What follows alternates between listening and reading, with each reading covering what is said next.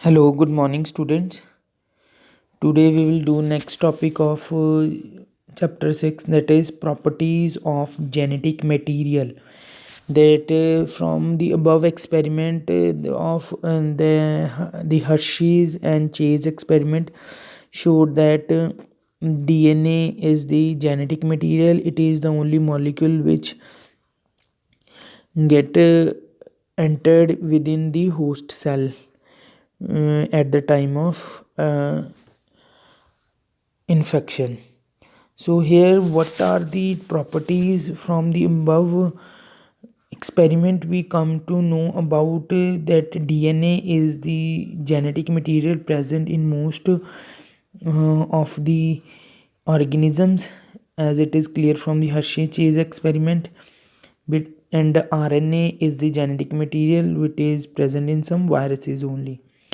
तो बेटा अबव वाले एक्सपेरिमेंट से हमें पता लग गया था कि डीएनए और आरएनए ही हैं जो हमारे दो जेनेटिक मटेरियल हैं, और हमको इनको न्यूक्लिक एसिड्स भी बोलते हैं दोनों को, कि both are the acidic in nature and present within the nucleus of the cell.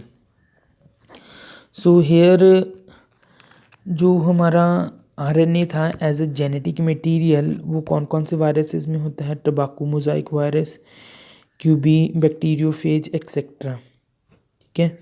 So DNA जो है ये प्रीडोमिनेंट बेटा मतलब बहुत मेन है हमारा genetic. Most of the organism में क्या होता है? डीएनए प्रेजेंट होता है. जो आरएनए होता है वो सिंपल वायरसेस में होता है, और उसका काम क्या है, उसका फंक्शन क्या है? Performs dynamic function of messenger. बेटा एक मैसेज कन्वे करता है, एज ए मैसेंजर काम करता है, और अडेप्टर. ठीक है. सो there are some differences between RNA and DNA in their chemical structures. So we will see further in our upcoming lectures ki what are the structural differences or chemical differences among DNA and RNA. But a molecule that can act as a genetic material must fulfill the following criteria.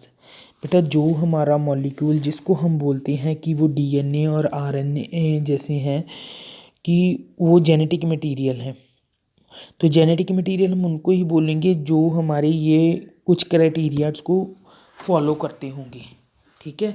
जैसे हमने Hershey's and chase में हम experiment में transforming में किया था कि हमने वो सोचते कि डीएनए, प्रोटीन, आरएनए तीनों ही जेनेटिक मटेरियल, बट नो, उनमें से हमें पता लगा था कि नहीं, जो हमारा डीएनए है वो ही, और आरएनए लिटिल बिट जो है हमारा as a genetic material act करता है, नॉट अ प्रोटीन. क्यों? क्योंकि सबसे पहला पॉइंट है जो डीएनए फॉलो करता है, that is it should be able to generate its replica, that is replication. बेटा द फॉर्मेशन ऑफ कॉपीज और डबलिंग ऑफ द मॉलिक्यूल और anything we called it is a replication. जो बेटा जो अपनी आप को एक एग्जैक्ट कॉपी अपनी रेडी तैयार करे वो उसको बोलते हैं रेप्लिकेशन. और ऐसी एबिलिटी सिंपल डीएनए में ही है, लिटिल बिट आरएनए में. So but proteins are not following this property. Proteins अपने आप को रेप्लिकेट नहीं कर सकते. सो दैट्स वाई पहला पॉइंट ही रिजेक्शन लग गया प्रोटीन पे कि प्रोटीन जेनेटिक मटेरियल नहीं है, डीएनए और आरएनए ही genetic material because they are able to replicate. Second, it should chemically and structurally be stable. और बेटा due to the presence of hydrogen bonds as we discuss between presence of nitrogenous bases within the DNA और RNA molecules, that is double bond between adenine and thymine and triple bond between guanine and cytosine. So presence of these hydrogen bonds makes DNA a stable structure or stable molecule, DNA as well as RNA. DNA is more stable as compared to RNA. So this is also the factor followed by the DNA is correct. So again we can say DNA is a genetic material. Third is it should provide the scope of slow change mutation that are required for evolution. So DNA also showing mutations mean change in the DNA sequence, जो धीरे धीरे sequence में change आता है, और number of जो mutations होती हैं वो क्या करती हैं, एवोल्यूशन करती हैं.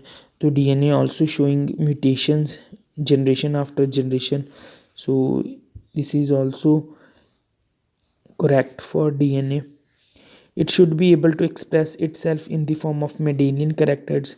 So as we discussed in the last chapter, that is the DNA follows the pattern of inheritance in the form of Mendelian characters. So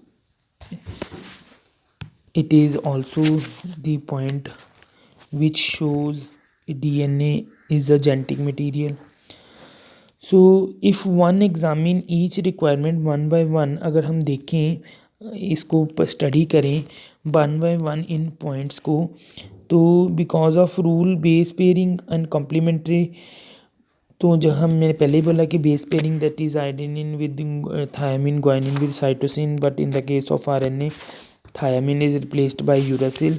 so this type of base pairing अगर हम देखें तो हमें क्या बताती हैं कि दोनों न्यूक्लिक एसिड DNA RNA में दोनों में क्या है, डुप्लीकेशन की एबिलिटी है और बेस पेयरिंग की एबिलिटी है, जिसकी वजह से उनके स्ट्रक्चर क्या है, स्टेबल है.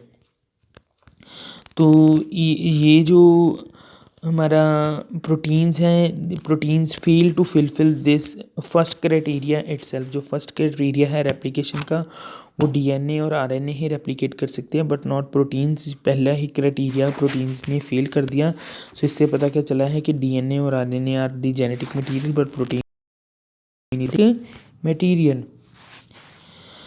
तो बेटा सेकंड फिर वही आ जाता है कि DNA हमारी जो जेनेटिक मटीरियल है स्टेबल होना चाहिए, ठीक है, और चेंजेस होनी चाहिए, म्यूटेशंस होनी चाहिए जनरेशन आफ्टर जनरेशन, और with the change in the stages of life cycle और एज, और with some change in physiology of organism. So जो स्टेबिलिटी है ये भी एक जेनेटिक मटेरियल का बहुत एविडेंट फंक्शन है, जो हमें किसने बताया था, ग्रिफ्ट ट्रांसफॉर्मिंग प्रिंसिपल ने, ठीक है.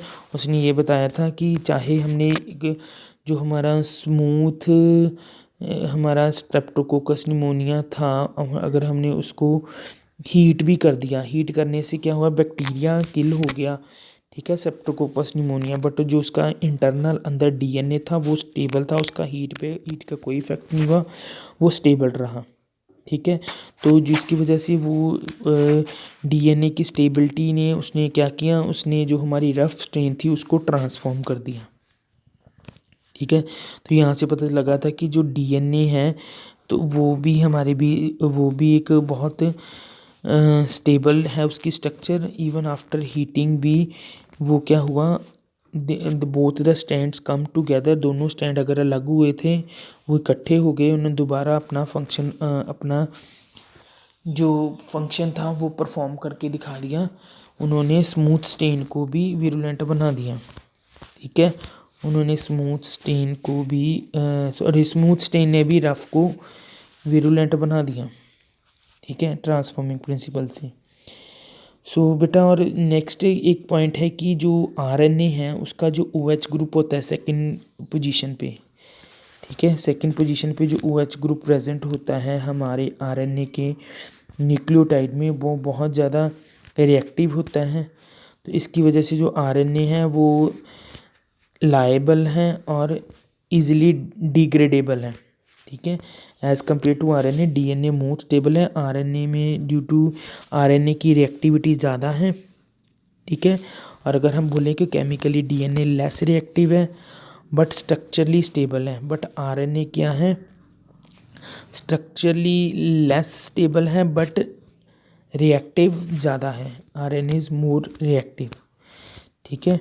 So if we compare DNA or RNA, out of these DNA is the better genetic material as compared to RNA. Then one more point in the favor of DNA, that is it is a stable genetic material, that is the presence of thiamine at the place of uracil also confirm additionally stability of DNA. Presence of thiamine in DNA molecules also makes DNA more stable. And second point, that is third point, both are DNA are unable to mutate. But RNA being unstable, RNA जल्दी mutate कर जाता है क्योंकि ये ज़्यादा reactive है, ठीक है। बट जो हमारा इसी की वजह से जो वायरसेस के आरएनए होते हैं वो जल्दी म्यूटेट करके उनका शॉर्टर लाइफ स्पैन होता है और जल्दी इवॉल्व होके कुछ और बन जाते हैं, ठीक है। जो आरएनए है बेटा वो डायरेक्टली सिंथेसिस करता है प्रोटीन्स की, बट जो डीएनए है वो किस पे डिपेंड होता है, आरएनए पे। डीएनए से पहले आरएनए बनेगा, आरएनए से फिर प्रोटीन्स बनेंगे। सो जो प्रोटीन सिंथेसिस मशीनरी है वो हमारी डी आरएनए के अराउंड पे ही आरएनए के अराउंड ही इवॉल्व करती है। तो ये हमें इस डिस्कशन से ये पता लगता है कि जो डीएनए है और आरएनए है वो दोनों as a genetic material act करते हैं, बट जो डीएनए है वो ज़्यादा स्टेबल है, ठीक है, और उसमें ज़्यादा जेनेटिक इन्फॉर्मेशन स्टोर्ड होती है एज़ कम्पेयर टू आरएनए। तो अगर जो ट्रांसमिशन होती है जेनेटिक मटेरियल की, ठीक है, जेनेटिक इन्फॉर्मेशन की, वो किससे थ्रू ज़्यादा बेटर होती है, RNA is better. DNA is more stable with lot of storage of genetic information. उसके बीच में जेनेटिक इन्फॉर्मेशन होती है, पर वो जेनेटिक इन्फॉर्मेशन जो ट्रांसफ़र होती है, ठीक है, और जो हमारी प्रोटीन सिंथेसिस बनती हैं और प्रोटीन्स आज एक्सप्रेस करते हैं और हमारे पास नए नए फिनोटाइप्स आते हैं, that is because of RNA. So from here from the whole this topic, properties of genetic material, that is out of DNA, RNA and proteins, only DNA and RNA are act as a genetic material. Out of DNA or RNA, DNA is the more stable and less reactive genetic material. RNA is less stable and more reactive genetic material. Or DNA is the storage of whole genetic information and RNA is the messenger of that genetic information and proceed to the protein for that information is used for the protein synthesis for the expression of different phenotypes within the organisms. This is all about today's topic. All the best.